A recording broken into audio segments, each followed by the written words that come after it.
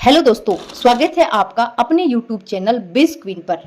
Imagine करो आप एक दुकान में खड़े हो, आपको एक जैकेट बहुत पसंद आ गई। आप उस जैकेट को हाथ लगाते हो, उसका फैब्रिक फील करते हो और आपको लगता है कि बस ये तो मेरे लिए ही बनी है। आप दुकानदार से पूछते हो, भैया ये कितने की है? वो आपको ऊपर से नीचे तक देखता है और कहता है, साहब 5,000। आप झट से कहते हो, अरे नहीं भैया, क्या बात कर रहे हो, 4500 लगा लो, 2500 लगा लो। वो थोड़ा मुस्कुराता और कहता है, चलिए साहब, ना आपकी ना मेरी, 4500 दे दीजिए। आप थोड़ा और बढ़ते हो और कहते हो, 3000 ले लो यार, मैं तो आपका रेगुलर कस्टमर हूं। वो थोड़ा और कम करता है। ले देखकर बात बीच में कहीं अटक जाती है, आपकी ईगो बीच में आ जाती है। आप पलटकर दुकान से बाहर जाने लगते हो और आप धीरे धीरे कदम बढ़ाते हो, इस उम्मीद में कि वो दुकानदार पीछे से आवाज लगाएगा, अरे साहब आ जाओ, ले जाओ। लेकिन वो बुलाता ही नहीं है। आप बाहर सड़क पर खड़े हो, जैकेट भी नहीं मिली और ईगो भी हर्ट हो गई। क्या आपके साथ कभी ऐसा हुआ है? बिल्कुल हुआ होगा। हम बस अपनी रोजमर्रा की जिंदगी में ऐसे ही निगोशिएट करते हैं और हमें लगता है कि हम बहुत स्मार्ट हैं। लेकिन क्या आप जानते हैं कि अपनी बात मनवाने का या नेगोशिएशन करने का यह दुनिया का सबसे बेकार, सबसे घिसा पीटा और सबसे खराब तरीका है। जरा सोचिए, आप अपनी जिंदगी में हर दिन सैलरी, हर पल नेगोशिएशन कर रहे हैं। कभी अपने बॉस से सैलरी बढ़वाने के लिए, कभी छुट्टी मांगने के लिए, कभी अपने मकान मालिक से किराया कम करवाने के लिए, तो कभी अपनी गर्लफ्रेंड या बॉयफ्रेंड या फैमिली में कोई बात मनवाने के लिए। लेकिन कितनी बार ऐसा होता है कि सामने वाला आपकी बात खुशी खुशी मान लेता है? बहुत कम है ना। ज्यादातर टाइम या तो बहस होती है या बात बिगड़ जाती है, या फिर आप मन मारकर समझौता कर लेते हैं। अगर मैं आपसे कहूं कि एक ऐसा तरीका है, एक ऐसा सीक्रेट है जिससे आप किसी से भी अपनी बात मनवा सकते हैं, और वो भी बिना लड़े, बिना बहस किए, सामने वाला खुद आपको हाँ कहेगा, यह कोई जादू नहीं है। हार्वर्ड नेगोशिएशन प्रोजेक्ट के फाउंडर विलियम यूरी और रोजर फिशर ने सालों के रिसर्च के बाद एक लेजेंडर किताब लिखी जिसका नाम है गेटिंग टू ईयर। जब मैंने इस किताब के बारे में जाना और इसके कॉन्सेप्ट को गहराई से समझा तो सच कहूं, मेरा दिमाग हिल गया। मुझे लगा कि यार, पूरी जिंदगी कितनी गलत तरीके से लोगों से बात कर रहे थे। आज मैं आपको इसी रिसर्च से 4 ऐसे अचूक तरीके बताऊंगी जो अगर आपने सीख लिए तो आप नेगोशिएशन के मास्टर बन जाओगे। चाहे आपको अपनी सैलरी बढ़वानी हो, कोई प्रॉपर्टी की डील करनी हो, या बस अपने पार्टनर से ये डिसाइड करना हो कि आज रात डिनर कहाँ करना है, ये तरीके हर जगह काम करेंगे। तो क्या आप तैयार हैं सामने वाले के मुंह से खुशी खुशी हाँ सुनने के लिए? चलिए इस सफर को शुरू करते हैं। सबसे पहले तो हमें अपने दिमाग से एक बहुत बड़ा कचरा निकालना होगा। हम लोगों को लगता है कि नेगोशिएशन का मतलब होता है बात को 50-50 में बांट देना, या फिर अपनी ही बात पर अड़ जाना कि भाई या तो मेरी बात मान ले या फिर रहने देते हैं। लेकिन एक बात हमेशा याद रखना, नेगोशिएशन कोई जंग नहीं है, इसमें कोई विनर या कोई लूजर नहीं होता है। असली नेगोशिएशन वो है जहां दोनों पार्टियां खुशी होकर उठे। इसे समझने के लिए मैं आपको एक बहुत ही कमाल की कहानी सुनाती हूँ, ध्यान से सुनिएगा। मान लीजिए एक लाइब्रेरी है, एकदम शांत माहौल। वहां 2 आदमी एक खिड़की के पास बैठे हैं और दोनों के बीच अचानक से जोरदार झगड़ा शुरू हो जाता है। पहला आदमी गुस्से में कहता है कि भाई इस खिड़की को खोलो, मुझे फ्रेश हवा चाहिए, मेरा दम घुट रहा है।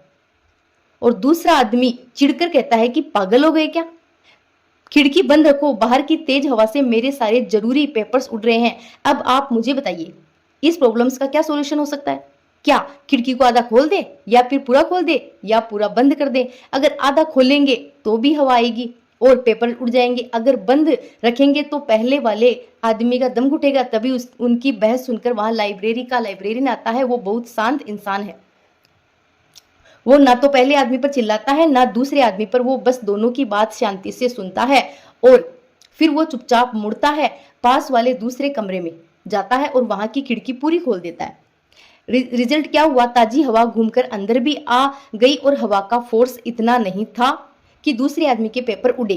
दोनों आदमी एकदम खुशी, किसी को समझौता नहीं करना पड़ा। इसे कहते हैं स्मार्ट सॉल्यूशन चाहिए। एक और मजेदार सिचुएशन इमेजिन करते हैं। 2 लोग हैं और उनके सामने एक बहुत ही टेस्टी चॉकलेट केक रखा है। दोनों को वो केक खाना है। अब आप इस केक को कैसे बांटेंगे? आप कहेंगे कि भाई बीच से काट दो, लेकिन असली जिंदगी में क्या होता है। आप कैसे भी काट लो, दोनों में से कोई ना कोई यही बोलेगा कि भाई तेरा पीस बड़ा है और मेरा छोटा है। होता है ना, ऐसा होता तो इसका सबसे स्मार्ट तरीका क्या है? बहुत सिंपल, दोनों में से एक इंसान को कहो कि भाई तुम चाकू लो और केक को काटो, दूसरे इंसान को कहो कि तुम्हें पहला पीस उठाने का मौका मिलेगा।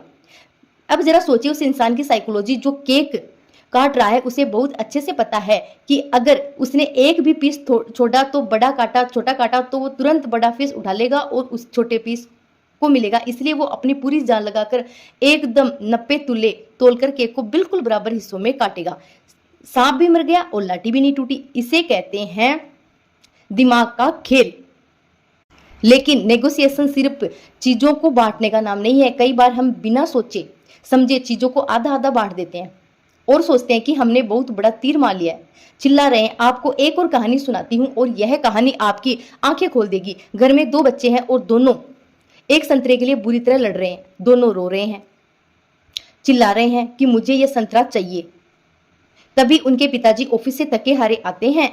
वो देखते हैं कि बच्चे लड़ रहे हैं। पिता परेशान होते हैं और सीधा किचन में जाते हैं, एक चाकू उठाते हैं और संतरे को बीच से 50-50 काटते हैं। आधा संतरा एक बच्चे को दे देते हैं और आधा दूसरे बच्चे को दे देते हैं। पिता को लगता है कि उसने बहुत ही फेयर डिसीजन लिया है, लेकिन पता है रिजल्ट क्या होता है? पहला बच्चा अपने हिस्से के संतरे का अंदर का फ्रूट खाता है और छिलका डस्टबिन में फेंक देता है। और दूसरा बच्चा, जिसे अपनी किसी स्कूल एक्टिविटी के लिए या केक बनाने के लिए छिलका चाहिए था, वो अपने हिस्से के संतरे का छिलका कद्दूकस करके निकालता है और अंदर का पूरा फ्रूट डस्टबिन में फेंक देता है। जरा सोचिए, इस बात को रुकिए। अगर वो पिताजी संतरे को काटने से पहले सिर्फ 1 मिनट रुककर उन दोनों बच्चों से ये पूछ लेते कि बेटा तुम्हें ये संतरा क्यों चाहिए, तो क्या होता? दोनों बच्चों को अपना मनपसंद हिस्सा 100% मिल जाता। एक को पूरा फ्रूट मिल जाता और खाने के लिए, और दूसरे को पूरा छिलका मिल जाता अपने काम के लिए। लेकिन जल्दबाजी के चक्कर में दोनों को क्या मिला? सिर्फ आधा, और बाकी का आधा कचरे में चला गया। यह कहानी हमें जिंदगी का सबसे गहरा लेसन सिखाती है। नेगोशिएशन का असली मतलब दोनों पार्टी को 50-50 देना नहीं होता। नेगोशिएशन का असली मतलब है सही सवाल पूछना, सामने वाले की असली जरूरत को समझना और फिर दोनों के लिए ऐसा बेस्ट सॉल्यूशन निकालना जहां दोनों को उनका 100% मिल सके। अब आप कहेंगे यार ये सब कहानियों में सुनने में तो बड़ा अच्छा लगता है, लेकिन जब रियल लाइफ सिचुएशन आती है तब खड़ूस बॉस के सामने बैठे होते हैं या जिद्दी मकान मालिक से बात कर रहे होते हैं, तब ये सब कैसे काम करेगा? बिल्कुल सही है। सवाल है आपका और इसी सवाल का जवाब मैं आपको अब देने वाला हूँ। इस किताब में से आपको वो 4 स्टेप्स व फ्रेमवर्क दूंगी जिससे यूज करके आप किसी से भी अपनी बात मनवा सकते हैं। तो चलिए आते हैं स्टेप नंबर 1 पर। स्टेप नंबर 1, पोसिशंस को छोड़ो, इंटरेस्ट पर फोकस करो। अभी जो मैंने आपको लाइब्रेरी वाली और संतरे वाली एग्जाम्पल दिया उसमें आपने एक बहुत अजीब सी चीज नोटिस की। हर जगह प्रॉब्लम्स ये नहीं होती है कि लोग क्या मांग रहे थे, प्रॉब्लम्स ये थी कि किसी को पता ही नहीं था कि सामने वालों की असली जरूरत क्या है। लाइब्रेरी वाले केस को ही ले लीजिए। जो बंदा बोल रहा था कि विंडो खोलो वो उसकी पोजीशन थी, जो दूसरा बंदा बोल रहा था कि विंडो बंद रखो वो उसकी पोजीशन थी। अगर आप जिंदगी भर सिर्फ इस पोजीशन को पकड़कर बैठे रहेंगे कि उसने ये कहा मैंने ये कहा, तो आप कभी कोई प्रॉब्लम सॉल्व नहीं कर पाएंगे। लेकिन उनके इंटरेस्ट क्या थे? एक का इंटरेस्ट था फ्रेश हवा लेना और दूसरे का इंटरेस्ट था अपने पेपर्स को उड़ने से बचाना। ये दोनों इंटरेस्ट बिल्कुल अलग अलग थे और अलग अलग प्रॉब्लम सॉल्व कर रहे थे। इंटरेस्ट और मेरे दोस्त, जैसे ही आप सामने वाले का असली इंटरेस्ट ढूंढ लेते हो ना, सॉल्यूशन तो अपने आप झक मार के सामने आता है। अब आप मुझसे पूछेंगे कि रियल लाइफ में किसी के दिमाग के अंदर घुसकर उसका इंटरेस्ट कैसे पता करें? प्रैक्टिकली तो ये बहुत मुश्किल है, क्योंकि लोगों की पोजीशंस तो एकदम साफ होती है। जैसे मुझे 50,000 सैलरी चाहिए या तो मैं बस 10,000 ही किराए दूंगा, लेकिन उनके इंटरेस्ट हमेशा छुपे होते हैं, कभी उनके इमोशंस के पीछे, कभी उनके ईगो के पीछे, तो कभी बस उनके कंफ्यूजन के पीछे। तो फिर ये इंटरेस्ट बाहर कैसे निकाले? इसका जवाब दुनिया का सबसे सिंपल लेकिन सबसे पावरफुल शब्द है और वो शब्द है क्यों। जी हाँ, इंग्लिश में कहे कहे तो बस यही एक वर्ड आपकी जिंदगी बदल सकता है। जब भी कोई आपसे बहस करे या अपनी बात पर अड़ जाए तो उसे लड़ो मत, बस उससे बहुत प्यार से पूछो तुम ये क्यों चाहते हो, तुम्हारे लिए इस बात के पीछे असली रीजन क्या है। पता है जब आप किसी को क्यों पूछते हो तो क्या होता है, सामने वाले इंसान को अचानक ऐसा फील होता है कि अरे ये इंसान मेरी बात सुन रहा है, ये मुझे समझने की कोशिश कर रहा है, ये मेरी रिस्पेक्ट कर रहा है। और साइंटिफिकली ये बात अप्रूवन है कि यही तो वो मोमेंट होता है जहां आप दोनों के बीच एक ट्रस्ट बिल्ड होना शुरू होता है। लोग आपकी बात तब तक नहीं सुनेंगे जब तक उन्हें यह फील न हो कि आप उनको समझते हो। लेकिन यहाँ एक बात ध्यान रखना, क्यों पूछने का मतलब ये नहीं है कि आप पुलिस वाले की तरह इन्वेस्टिगेशन करने लग जाओ। आपका टोन ऐसा होना चाहिए जैसे आप सच में उनकी मदद करना चाहते हो। और हाँ, एक और बहुत जरूरी बात, जितना जरूरी सामने वाले का क्यों जानना है उतना ही जरूरी है अपना क्यों सामने वाले को बताना। कभी कभी सामने वाला आपका पॉइंट ऑफ व्यू समझता ही नहीं है क्योंकि आपने उसे बताया ही नहीं होता है। हम सब इंसान हैं, हम सब इमोशनल क्रिएचर हैं और हम आपस में कनेक्ट भी इमोशंस के बेस पर रहते हैं। अपना क्यों बताने से आप छोटे नहीं हो जाते हैं, आप नेगोशिएशन में हार नहीं रहे हैं बल्कि आप आगे जा रहे हैं। जैसे अगर आप अपने बॉस के पास जाकर सीधे अकड़ कर कहेंगे कि बॉस मुझे 10 दिन की छुट्टी चाहिए, तो बॉस का सबसे पहला रिएक्शन क्या होगा, वो डिफेंसिव हो जाएगा। उसका पहला सवाल यही होगा कि क्यों चाहिए, क्योंकि वो ये जज करना चाहता है कि आपका रीजन छुट्टी देने लायक है या नहीं। लेकिन अगर आप पहले ही अपना इंटरेस्ट अपना क्यों उसे बता दो, आप कहो बॉस पिछले कुछ महीनों से काम का प्रेशर बहुत था, मैं थोड़ा बर्न आउट फील कर रहा हूँ और मेरी फैमिली को भी मेरी ज़रूरत है, इसलिए मुझे 10 दिन का ब्रेक चाहिए ताकि मैं रिफ्रेश होकर वापस आ सकूँ। देखिए बात वही है, लेकिन अब आपने अपना इमोशन अपना रीज़न सामने रख दिया है। अब बात करने का तरीका बिल्कुल बदल जाएगा। नेगोशिएशन को कभी भी 1 वर्सेज 1 फाइट की तरह मत देखो, आमने सामने की लड़ाई मत बनाओ इसे, बल्कि इसे ऐसे इमेजिन करो जैसे आप और सामने वाला इंसान पर दोनों एक ही कार में बैठे हो, आप दोनों को एक ही मंजिल पर जाना है। बस आप दोनों के बीच इस बात पर हल्की सी बहस चल रही है, यार रास्ता कौन सा बेस्ट रहेगा। अब आप सोचेंगे कि चलो भाई ये भी ठीक है, इंटरेस्ट फाइंड करना सीख लिया आप, लेकिन उस सिचुएशन का क्या करें जब दोनों के इंटरेस्ट आपस में बुरी तरह से टकरा जाए। एक को प्राइस बहुत ज्यादा चाहिए, दूसरे को बहुत कम, आपको बहुत कम रेंट देना है और आपके मकान मालिक को बहुत ज्यादा रेंट चाहिए। आप एक है सैलरी मांग रहे हो और सामने बॉस बोल रहा है कि हमारी कंपनी का तो बजट बहुत टाइट है। या फिर आप मार्केट में हो, आपको लो प्राइस चाहिए और सेलर बोल रहा है कि भैया इतने की खरीद भी नहीं है। ऐसी सिचुएशन में क्या करें। अगर आप यहाँ पर बहस करने लग जाए ना तो नेगोशिएशन फिर वही बॉक्सिंग रिंग वाली बन जाएगी। एक पंच आप मारोगे, दूसरा पंच सामने वाला मारेगा। मैं 5,000 बोलेंगे, तुम 3,000 बोलोगे, बाहर 4.5 बोलोगे और 3.5 बोलोगे। इस दल बदल से बाहर निकलने का सिर्फ एक ही रास्ता है और वो है हमारा step number 2। Step number 2 fair standards का इस्तेमाल करो। इसका मतलब क्या है, इसका मतलब है कि अपनी पर्सनल ओपिनियंस को, अपनी ईगो को थोड़ी देर के लिए साइड में रख दो और एक ऐसे ऑब्जेक्टिव या फिर रूल्स का यूज करो जो ना आपको परेशानी हो ना सामने वाले को। आप और सामने वाले दोनों मिलकर ये डिसाइड करो कि जो भी फाइनल फैसला होगा वो आपकी और मेरी दोनों की राय से होगा, दोनों की मर्जी से होगा, बल्कि एक फेयर रूल से होगा। याद है मैंने आपको थोड़ी देर पहले केक वाला एग्जाम्पल दिया था। 2 लोग केक को फेयर तरीके से शेयर नहीं कर पा रहे थे, चाहे कैसे भी काट लो, झगड़ा हो ही रहा था। लेकिन जब एक ने केक कट किया और दूसरे को पीस चूज करने का मौका मिला तो सॉल्यूशन अपने आप फेयर बन गया। क्यों? बस क्योंकि यह सिस्टम एक फेयर स्टैंडर्ड पर बेस्ड था। इनमें से किसी को भी ईगो नहीं थी, कोई गेम वर्क नहीं था, बस फेयरनेस थी। चलिए इसे एक बहुत ही प्रैक्टिकल और रियल लाइफ एग्जाम्पल से समझते हैं। मान लीजिए आप अपने सपनों का घर बनवा रहे हैं, आपने एक ठेकेदार से बात की है, अब घर का काम शुरू होने वाला है, लेकिन तभी आपको पता चला कि कॉन्ट्रैक्ट में ये लिखना तो छूट ही गया कि घर की नींव यानी कि फाउंडेशन कितनी गहरी होनी चाहिए। आपका ठेकेदार आपके पास आता है और बड़े कॉन्फिडेंस से बोलता है, अरे सर जी आप टेंशन मत लो, 2 फीट की नींव बहुत है, एकदम मजबूत रहेगा। लेकिन आपने कहीं पढ़ा है या आपके दिमाग में है और आप बोलते हो, नहीं भाई क्या बात कर रहे हो, स्टैंडर्ड तो कम से कम 5 फीट का तो होना ही चाहिए।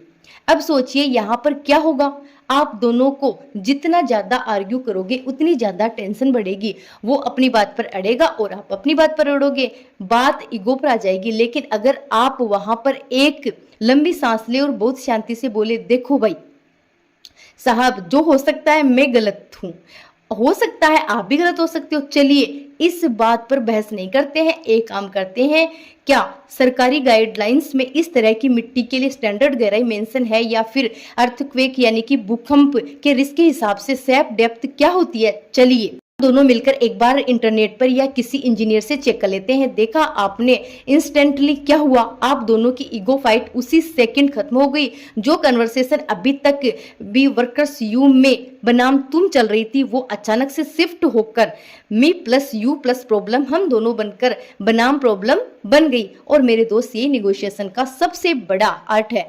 अब आपके मन में आ रहा होगा कि ये फेयर स्टैंडर्ड आखिर होता क्या है। यह कुछ भी हो सकता है जो निष्पक्ष हो, जैसे मार्केट प्राइस क्या चल रहा है, गवर्नमेंट के रूल्स क्या कहते हैं, लीगल रिक्वायरमेंट्स क्या है, इंडस्ट्री के बेंचमार्क क्या है, एक्सपर्ट्स का ओपिनियन क्या है, या फिर साइंटिफिक गाइडलाइन क्या है। इन सब चीजों में किसी इंसान का कोई पर्सनल बयान नहीं होता है, कोई भेदभाव नहीं होता है।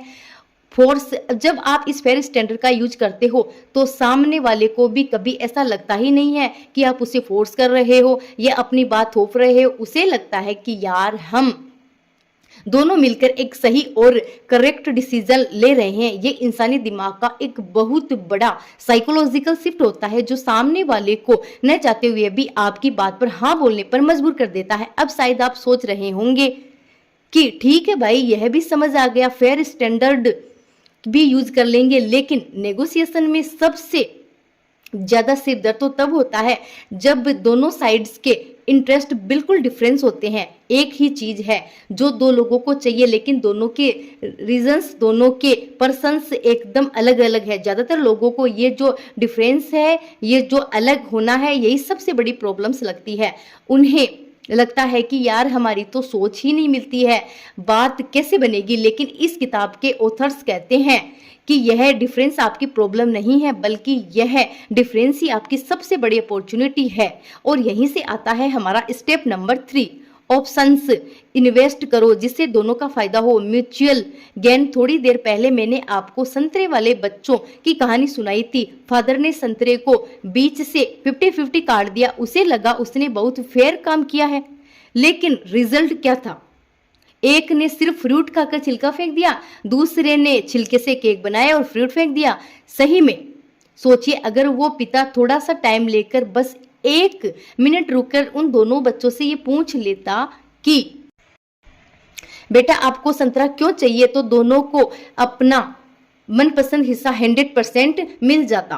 पर बिना सोचे समझे ऑप्शन लेने से मिला कितना, बस आधा। ये कहानी हमें निगोशिएशन का सबसे इंपॉर्टेंट लेसन सिखाती है। निगोशिएशन एक गोल 50-50 करना नहीं होता है, गोल होता है ऐसे क्रिएटिव सॉल्यूशन ढूंढना जहां दोनों को उनका 100% मिल सके। लेकिन ये जादुई ऑप्शंस मिलते कैसे हैं? ये हवा से नहीं टपकते, इन्हें क्रिएट करना पड़ता है। और ये क्रिएट करना भी अपने आप में एक बहुत बड़ी स्किल है, जिसके 4 बहुत ही सिंपल स्टेप्स है। स्टेप 3, एकदम खुलकर ब्रेनस्टॉर्मिंग करो। आप और सामने वाली पार्टी या तो और भी लोग इन्वॉल्व है, सब एक टेबल पर बैठो, माहौल को एकदम कैजुअल रखो, कोई स्ट्रेस नहीं, कोई ईगो नहीं, एकदम ओपन माइंड होकर बैठो।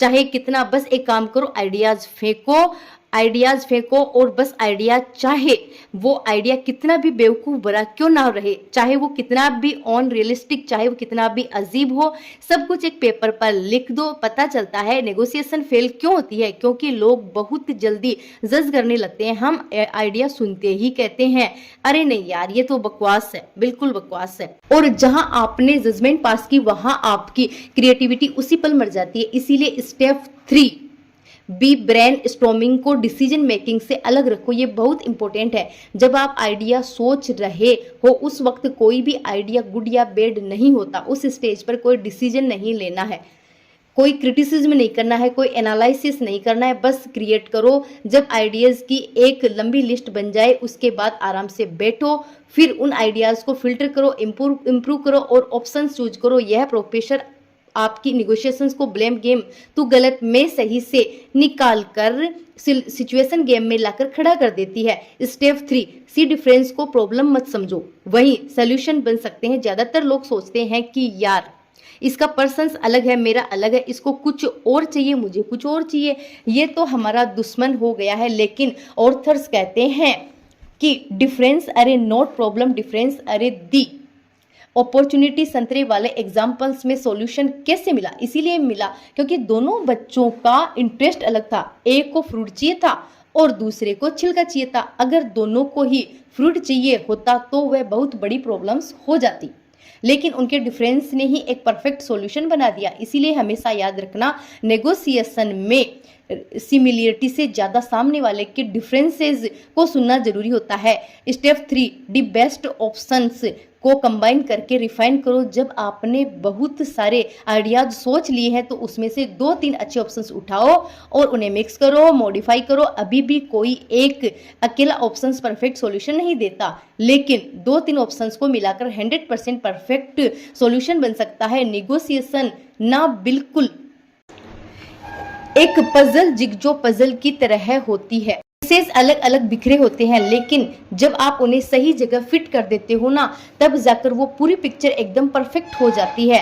अब आप सोच रहे होंगे कि ठीक है भाई, हमने क्रिएटिव ऑप्शंस बनाना सीख लिया है, हमने फेयर स्टैंडर्ड्स का इस्तेमाल करना भी सीख लिया है, हमने लोगों के छुपे हुए इंटरेस्ट को एडिफिकेशन भी सीख लिया है, तो क्या हम नेगोशिएशन के मास्टर बन गए हैं? रुकिए, अभी एक आखिरी और सबसे खतरनाक प्रॉब्लम बाकी है। और सच कहूँ तो ये नेगोशिएशन की सबसे डेंजरस प्रॉब्लम बनती जा रही है। क्या है वो? है इंसान, ह्यूमंस, पीपल। जी हाँ, इंसानी दिमाग, मिसअंडरस्टैंडिंग, हमारे इमोशंस, पर्सनल अटैक्स, फ्रस्ट्रेशन और मिसकम्युनिकेशन, ये सब चीज़ें मिलकर सिर्फ नेगोशिएशन को ही नहीं बल्कि अच्छी भली बातचीत को भी हमेशा के लिए खत्म कर देती है।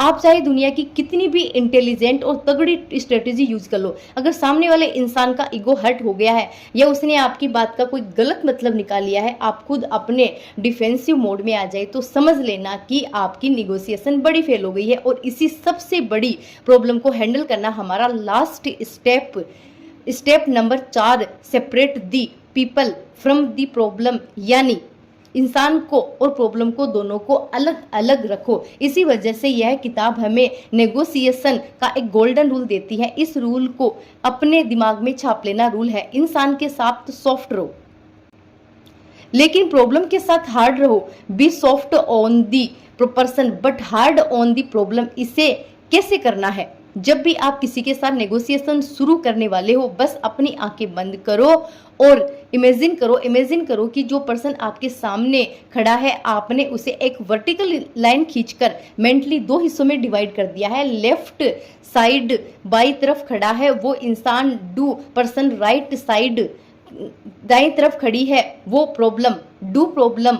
और फिर अपने दिमाग को याद दिलाओ कि तुम्हारी लड़ाई उस राइट वाली प्रॉब्लम से है, उस लेफ्ट साइड वाले इंसान से नहीं है। तुम्हें लेफ्ट साइड वाले इंसान को पूरी रिस्पेक्ट देनी है, उसकी वैल्यू करनी है, लेकिन उस राइट साइड वाली प्रॉब्लम को चैलेंज करना है, उस पर सवाल उठाने हैं। लोगों को समझना इतना जरूरी क्यों है? क्योंकि मेरे दोस्त, लोग मसीह नहीं होते हैं, लोग प्रिडिक्टेबल नहीं होते, उनका ईगो बहुत जल्दी हर्ट हो जाता है। वो अपने नजरिए, अपने परसेप्शन को ही पूरी दुनिया की रियलिटी मान लेते हैं। वो आपकी कही हुई बात को बिल्कुल गलत समझ सकते हैं। कई बार उनका बोलने का टोन उनके असली इंटेंशन से बिल्कुल अलग होता है, उनकी कम्युनिकेशन आधी अधूरी होती है। और सबसे इम्पोर्टेंट बात, आप भी तो उनके जैसे ही इंसान हो, आप भी तो चीज़ों को गलत सुन लेते हो, आप भी तो गुस्से में आकर गलत रिएक्ट कर देते हो। आपका ईगो भी तो कभी कभी बहुत सेंसिटिव हो जाता है। नेगोशिएशन के टेबल पर आपको इन दोनों का मिक्सचर हैंडल करना होता है, सामने वाले का ईगो भी और अपना ईगो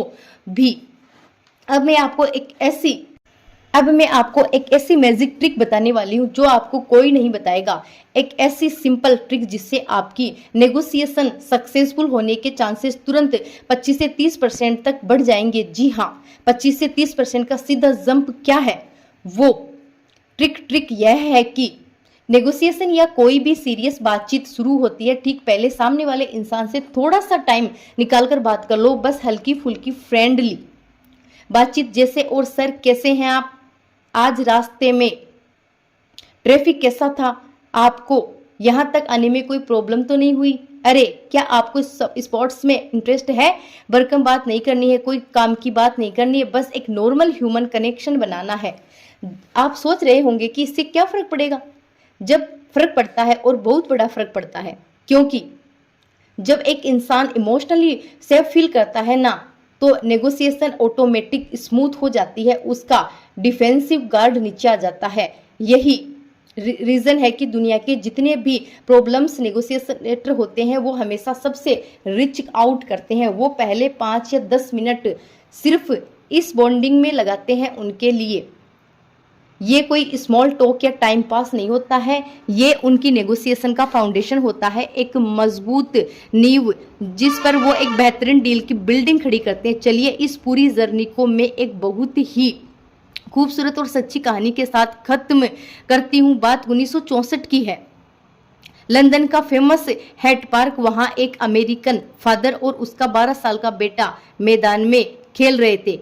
दोनों फ्रीज भी खेल रहे थे। फ्रीज मतलब वो प्लास्टिक की उड़ने वाली प्लेट जिससे एक इंसान हवा में फेंकता है और सामने वाला उसे कैच करता है। उस टाइम पर इंग्लैंड में फ्रिस्बी के बारे में कोई बात नहीं जानता था, वो उनके लिए एकदम नई चीज थी, दो नेचुरल। जब वहां टहलने वाले लोगों ने बाप बेटे को हवा में एक प्लेट उछालते देखा तो धीरे धीरे उनके आसपास एक छोटा सा क्राउड जमा हो गया। सब बड़ी हैरानी से देख रहे थे कि यार ये दोनों आखिर कर क्या रहे हैं। करीब 15 मिनट तक उस खेल को देखने के बाद भीड़ में से एक आदमी आगे आता है। वो बहुत ही पोलाइटली, बहुत ही रिस्पेक्ट के साथ उस अमेरिकन फादर से पूछता है, एक्सक्यूज मी सर मैं काफी देर से आप दोनों को खेलते हुए देख रहा हूँ, लेकिन मुझे एक बात समझ नहीं आ रही, इस गेम में जीत कौन रहा है?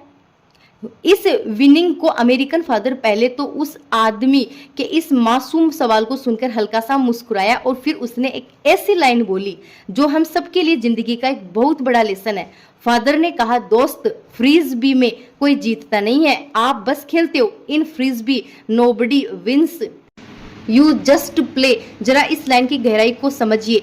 एक बहुत ही सिंपल सा सेंसेंस, लेकिन नेगोशिएशन की दुनिया का सबसे बड़ा कड़वा सच। अगर आप किसी भी नेगोशिएशन में विनर लूजर, जीतने और हारने का गेम खेलने जा रहे हो, अगर आपके दिमाग में सिर्फ यही चल रहा है कि किसी भी तरह से मैं जीत जाऊं और सामने वाला हार जाए, तो यकीन मानिए आप नेगोशिएशन का असली मतलब समझे ही नहीं हो। नेगोशिएशन का गोल सामने वाले को हराना नहीं होता है, इसका गोल होता है मिलकर काम करना, वर्किंग टुगेदर, समझदारी भरे सॉल्यूशन निकालना, फाइंडिंग वाइज सॉल्यूशन, एक दूसरे के इंटरेस्ट को समझना, अंडरस्टैंडिंग इंटरेस्ट, रिश्तों को बचाना और उन्हें मजबूत करना, सेविंग द रिलेशनशिप, और ऐसे आउटकम्स क्रिएट करना जिससे दोनों पार्टियां दिल से सर्टिफाई होकर घर जाकर, जब आप इस 4 चीज़ों को अपनी ज़िंदगी से अप्लाई कर लेते हो तो पोजीशंस की तरह इंटरेस्ट पर फोकस करना, फेयर स्टैंडर्ड्स का यूज़ करना, म्यूचुअल गेन के लिए ऑप्शन ढूंढना और प्रॉब्लम पर हार्ड रहकर इंसान के साथ सॉफ्ट रहना, तो नेगोशिएशन सिर्फ एक टेक्निक नहीं रह जाती है, ये आपकी एक लाइफ स्किल बन जाती है, जीने का एक तरीका बन जाती है। फिर चाहे आप अपनी जॉब में अपनी सैलरी के लिए नेगोशिएट कर रहे हो, अपने बिजनेस में किसी क्लाइंट से डील कर रहे हो, या फिर घर पर अपने पेरेंट्स या पार्टनर के साथ किसी बात पर डिस्कस कर रहे हो, इस तरह हर रिश्ते में आपको बेटर रिजल्ट्स मिलेंगे, बेटर रिस्पेक्ट मिलेंगे और आपके रिलेशनशिप पहले से कहीं ज़्यादा खूबसूरत और मजबूत होंगे। तो दोस्तों, अगर आप अभी तक मुझे सुन रहे हो, इसका मतलब है कि आप सच में अपनी ज़िंदगी में कुछ पॉजिटिव बदलाव लाना चाहते हैं। अगर आपको इस बातचीत से कुछ भी नया सीखने को मिला है तो प्लीज़ इसे लाइक करे बिना मत जाना। इस पूरे कॉन्सेप्ट को गहराई से समझने और आप तक इस आसान भाषा में पहुंचाने में बहुत मेहनत लगी है। इस ऑडियो को अपने उन सभी दोस्तों, अपनी फैमिली और अपने कलीग्स के साथ जरूर शेयर करना जिन्हें बात बात पर बहस करने की आदत है या जिन्हें अपनी बात मनवाने में दिक्कत आती है। और हाँ, अगर आपने अभी तक सब्सक्राइब नहीं किया है तो अभी सब्सक्राइब कर लीजिए और वो बेल आइकन भी दबा दीजिए ताकि ऐसी पावरफुल और लाइफ चेंजिंग आपसे कभी मिस ना हो। और जाते जाते एक कमाल की टिप, अगर आप ऐसी ही वर्ल्ड क्लास किताबों की समरी फ्री में सुनना चाहते हैं तो बुक्स स्पॉटिफाई जरूर चेक करें, जहां आपको ऑडियो टेक्स्ट दोनों फॉर्मेट में बेहतरीन कंटेंट मिल जाएगा। धन्यवाद दोस्तों, फिर मिलते हैं एक नई सीख, एक नई ऑडियो बुक समरी के साथ। Thank you very much.